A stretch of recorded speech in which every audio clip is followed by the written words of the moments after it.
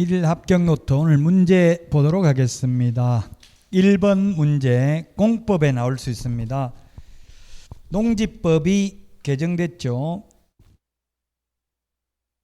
자, 농지 처분 의무기간 1년입니다. 1년 안에 처분해야 되는데 누구한테 처분해야 되냐면 그 사유가 발생할 날 당시 세대를 같이 하는 세대원이 아닌 자에게 처분해야 된다. 이 말이 신설됐습니다. 같은 세대원한테 처분하면 결국은 그 내부 거래일 가능성이 많죠. 남한테 팔아라는 이야기죠. 쉽게 말하면 처분 의무기간 1년. 그 다음에 2번 60세 이상인 사람으로서 농업 경영에 더 이상 종사하지 않게 된 사람 및 농업인은 이게 개정됐습니다. 옛날에는 농사 지으면서는 위탁 경영이 안 되고 자기가 농사를 더 이상 안 짓는 경우만 임대차 위탁 경영이 가능했습니다. 근데 지금 60세 이상이면 자기가 농사 지으면서도 자신이 거주하는 시군 또는 이에 연접한 시군에 있는 소유농지를 임대 무상 사용하게 할 수 있다. 농업인은 이 말이 추가됐습니다. 옛날에는 더 이상 농사를 짓지 않는 경우에만 임대차 등이 가능했는데 지금 농사 지으면서도 가능하다. 3번이 가장시험에 많이 출제되었습니다. 빅데이터에 하면 중개실무에서 주말 체험용농을 하려는 사람은 세대원 전부가 소유하는 총면적 1000제곱미터 미만의 농지를 소유할 수 있다. 세대원 전부 합산하는 거죠. 이게 시험에 가장 많이 나왔다. 4번은 원래 농지 임대차는 재단기가 3년인데 고정시공실 비닐하우스를 임차인이 설치한 경우 또는 단연생 식물 재배지는 5년이죠. 5년입니다. 3년이라고 해서 X 4번이 답입니다.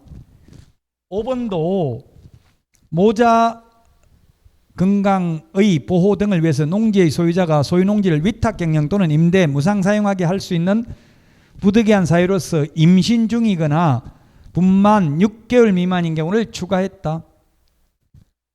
3개월 이상 국외 여행 중인 경우, 3개월 이상 병원에 입원한 경우 이런 것도 시험에 나왔습니다.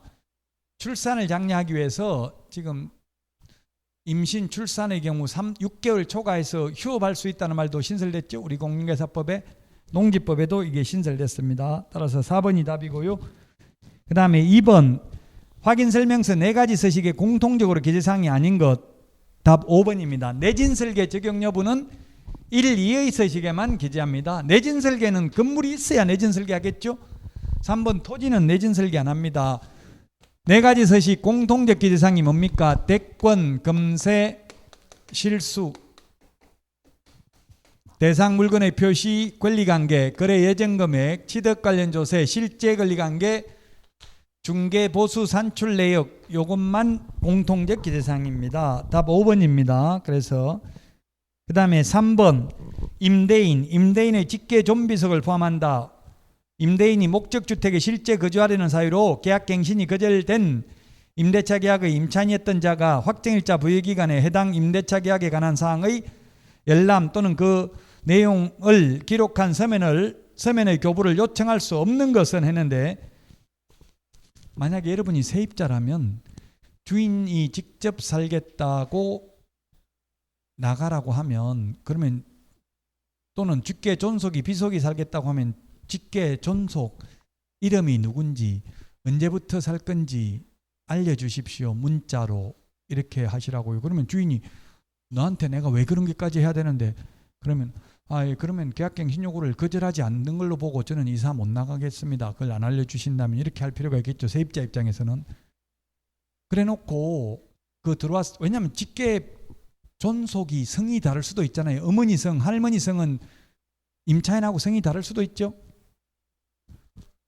또 임차인이 여자분이라면 시어머니, 시아버지 성 다를 수 있잖아요. 이름이. 그러니까 누가 살 건지 구체적으로 직계 존속이라고 하면 정확하게 이름 알려달라. 그러면 다른 사람이 사는지를 어떻게 알아내냐고 동사무소에 가서 열람할 수 있다고요. 열람할 수 없는 게 답이 2번입니다. 임대인, 임차인의 성명과 주민등록번호. 주민등록번호는 계약 당사자만 요청할 수 있어요. 주민등록번호 필요 없잖아요. 임차인 이름만 누군지. 그 다음에 확정일자 부여일, 차임 및 보증금, 임대차 기간 이런 건 알 수 있어요. 성명까지는 알 수 있어요. 성명은 알 수 있는데 주민등록번호 앞자리는 열람 요청 못한다고요.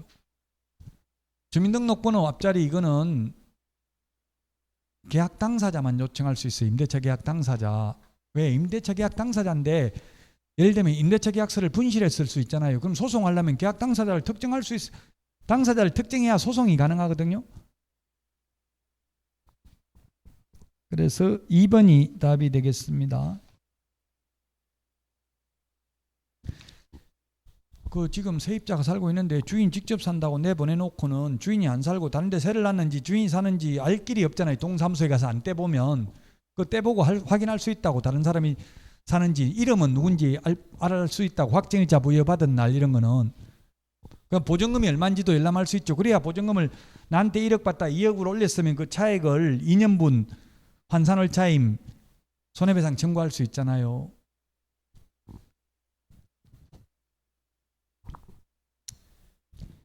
(2번이) 답이고요. 4번입니다. 4번. 틀린 것은 했는데 1번이 답이죠.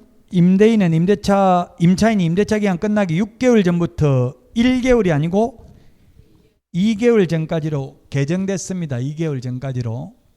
왜냐하면 세입자가 한 달 만에 방을 구하기는 좀 어렵다고 보고 2달 정도 여유는 줘야 된다고 보고 2개월 전까지. 6개월 전부터 2개월 전까지입니다. 그럼 2개월 전까지 갱신 요구 못하면 임대인은 거절하지 못한다 했는데 세입자는 말할 필요 없다고 했죠. 주인이 나가라고 하면 나 팔아먹겠다 나가라 이러면 계약갱신 요구권 행사할 겁니다. 이렇게 말하면 되고, 아무 말 없으면 같이 아무 말 없으면 자동 연장된다 했죠. 자동 연장되면 2년 더 살고 나서 또 2개월 전까지 나가라고 하면 그때 계약갱신 요구권 한 번 행사할 수 있다고요. 언젠가 한 번은 행사할 수 있어요. 그 주인 입장에서는 반드시 그걸 한번 행사하도록 만들어야 되겠죠. 어차피 4년 살게 만들려면.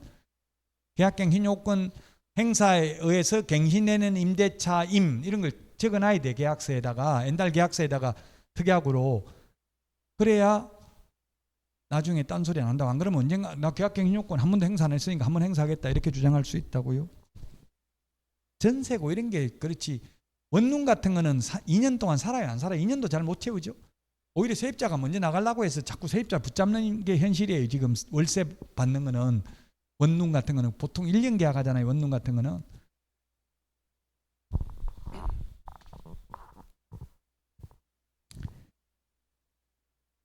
자, 그래서 4번에는 1번이 답입니다. 임대차 기간 끝나기 6개월 전부터 1개월 전까지가 아니라 2개월 전까지 계약 갱신 요구할 경우 정당한 사유 없이 거절할 수 없습니다. 5번입니다. 5번. 틀린 것은 했는데 임차인의 계약갱신 요구권은 개정 규정은 이 법 시행 후에 체결된 임대차부터 적용되는 게 아니라 존속 중인 임대차에 대해서도 적용이 됩니다. 이게 2020년 7월 1일부터 시행했는데 존속 중인 임대차도 계약갱신 요건을 행사할 수 있다고요.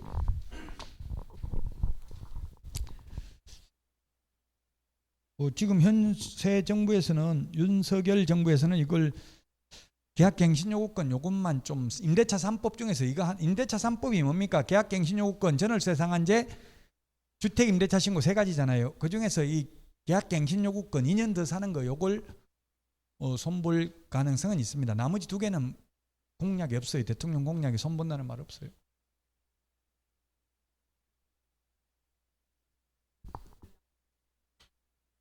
쉬는 시간에 말씀할게요. 지금 이게 죄송해요. 이게 빨리 풀고 말씀드릴게요. 가지 마세요. 말 듣고 가세요. 1번이 그래서 1번이 존속 중인 임대차에 대해서도 적용됩니다. 과거에 내려오던 계약도 갱신 요구할 수 있다고요. 새로 이 법 2020년 7월 1일 이후에 체결된 계약부터 적용되는 거 아니고. 그래서 5번에 1번이 답입니다. 6번은 아까 이야기했죠. 전자계약서 작성하면 따로 종이계약서, 종이확인설명서 출력해서 보존할 필요 없다라고 했고요. 7번도 아까 이야기했습니다. 7번 이거는 3자간 명의신탁, 등기 명의신탁 또는 중간 생략형 명의신탁이라고 부릅니다. 3가지 똑같은 말입니다. 그 다음에 계약 명의신탁, 위명 명의신탁 같은 말이고요. 이자간 명의신탁, 양자간 명의신탁, 이전형 명의신탁 같은 말입니다. 7번의 답 3번이라고 아까 이야기했죠. 그 다음에 8번입니다. 8번. 전자문서로 할 수 있는 것이네요. 기억 안 되죠, 전자문서? 한 명이 거부해서 상대방이 단독으로 하는 경우 사유서와 계약서 사본을 제출하러 가야 됩니다. 전자문서 안 되고요. 니은은 전자문서 됩니다. 국가 등의 경우는 국가가 속이진 않잖아요. 전자문서 안 되는 거는 속일까봐 공무원이 확인해야 되는 건 전자문서 안 된다고요. 한 명이 거부해서 단독으로 하는 경우는 사유서하고 계약서 제출하러 가야 되니까 방문 신고만 되고 전자문서 안 되는데, 계약 일방 당사자가 국가 등인 건 원래부터 국가가 해야 되잖아요. 그 국가가 속이는 건 아니니까 국가는 전자문서 가능합니다. 디귿의 전화번호, 휴대전화번호, 거래 당사자의 주소, 전화번호, 휴대전화번호 정정 신청은 일방이 혼자서 가능하기 때문에, 속일 수 있기 때문에 전자문서 안 되고 방문 신고만 가능합니다. 면적 변경 없는 상태에서 가격 변경하는 경우에도 계약서 사본 등을 제출하러 가야 되기 때문에 전자문서 안 됩니다. 그 다음에 미음, 거래 당사자가 공동으로 해제 신고하는 경우는 전자문서 가능합니다. 공동으로 하는 건 둘이 합의가 됐기 때문에 속이는 거 아니잖아요. 그래서 전자문서 가능해요. 다만 한 명이 거부해서 상대방이 단독으로 해제 신고하는 경우는 전자문서 안 됩니다. 미음 전자문서 가능하고요. 비업, 거래 가격 중 분양 가격, 선택 품목, 옵션 비용 변경 신고는 단독으로 가능하므로 전자문서 안 되고 방문 신고만 가능합니다. 그래서 8번에는 답이 2번이고요. 우리 핵심 비교 정리 프린트는 50번 맨 밑에 보면은 전자문서 안 되는 게 있습니다. 9번 부동산 등기 특별조치법입니다. 부동산 등기 특별조치법 2번, 3번이 답인데요. 2번하고 3번하고 헷갈리면 안 돼요. 이게 시험에 출제됐습니다. 개업공개사가 있을 경우 개업공개사 당모가지 개대가리 중위조한다. 중위조한다. 중개 개업공개사거든요. 개업공개사가 있을 경우 개업공개사 인적사항을 반드시 기재는 해야 됩니다. 금인계약서에. 그러나 3번에 있는 것처럼 금인신청할 의무는 없죠. 금인신청은 계약 당사자 중 1인이나 그 위임을 받은 자, 계약서를 작성한 변호사, 법무사, 개업공인중개사가 금인신청 할 수 있다. 할 수 있고 할 의무는 없다. 그래서 3번이 답이 되겠습니다. 그 1번은 소유권 이전 등기, 보존 등기 할 수 있는 날부터 60일 이내입니다. 그러면 매매 계약이면 잔금 치른 날부터 60일 이내 소유권 이전 등기 해야 됩니다. 빨리 해야 되겠죠. 이거 60일 안에 해야 되고 또 그 인감증명 유효 기간도 3개월이라고 했잖아요. 그러니까 바로 하는 게 좋습니다. 현실적으로는 바로 하죠. 왜냐하면 불안하잖아요. 이거 돈 다 줬는데 등기 안 하고 있는 사이에 또 다른 데 이중매매가 팔아먹을 수도 있잖아요. 그래가지고 먼저 다른 사람 앞으로 등기해버리면 그 사람이 먼저 소유권 취득하죠. 그 현실적으로는 60일까지 가지도 않아요. 바로 잔금 치르자마자 그날 등기 신청 바로 들어가잖아요. 현실적으로는.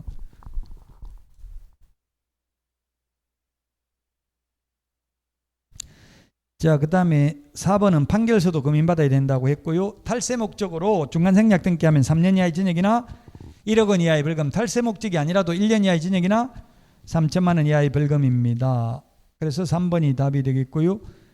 그 다음에 10번은 오늘 진도하고는 상관없는데 3년 이하의 징역이나 3천만 원 이하의 벌금에 해당하지 않는 것. 1번 왕따시키는 것. 단체 구성은 이외의자와 공동중개 제한, 친목회 회원 외의자와 공동중개 제한하면 3년에 3천만 원. 정당한 사유 없이 개업공개사 등의 중개사물에 대한 정당한 표시 광고 행위를 방해하는 행위.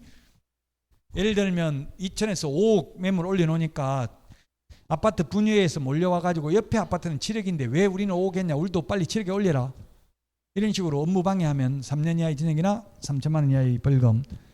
디귿 무등록 중개업자, 무등록 중개업자, 무등록 개업공개사, 무등록 업자, 법 제9조 규정에 의해서 중개사무소 개설 등록을 하지 아니하고 중개업을 영위하는 자, 같은 말입니다. 다 3년 이하의 징역 3천만 원 이하의 벌금 맞죠? 무부관직상투 시공시입니다. 3년 이하의 징역이나 3천만 원 이하의 벌금. 아닌 거는 리얼 하나가 아니네요. 중개사물 가격 등 내용을 사실과 다르게 거짓으로 표시 광고하면 500만 원 이하의 과태료였죠. 자, 광고라는 말 들어가는 거 시험에 반드시 나오고요. 광고라는 말 들어가는 게 높은 가격으로 표시 광고를 유도하여 개업 공개사의 업무 방해하는 경우.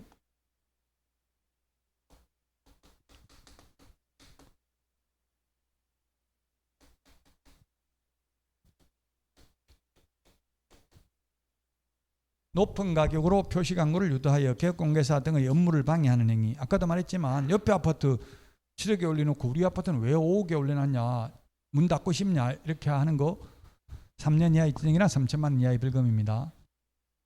그 다음에 1년 이하의 징역이나 1천만 원 이하의 벌금. 개업 공개사가 아닌 자가 표시 광고하는 경우입니다. 컨설팅 업자가 임대문의 이런 거 올려놓으면 1년 이하의 징역이나 1천만 원 이하의 벌금입니다. 500만 원 이하의 과태료. 부당한 표시 광고. 부당한 표시 광고, 허위 매물, 미끼 매물, 가짜 매물, 낚시 매물 올려놓은 경우입니다. 가짜 매물 올려놓으면 500만 원 이하의 과태료. 100만 원 이하의 과태료는 보조원 이름 적어도 100만 원 이하의, 보조원 이름 적으면 안 됩니다.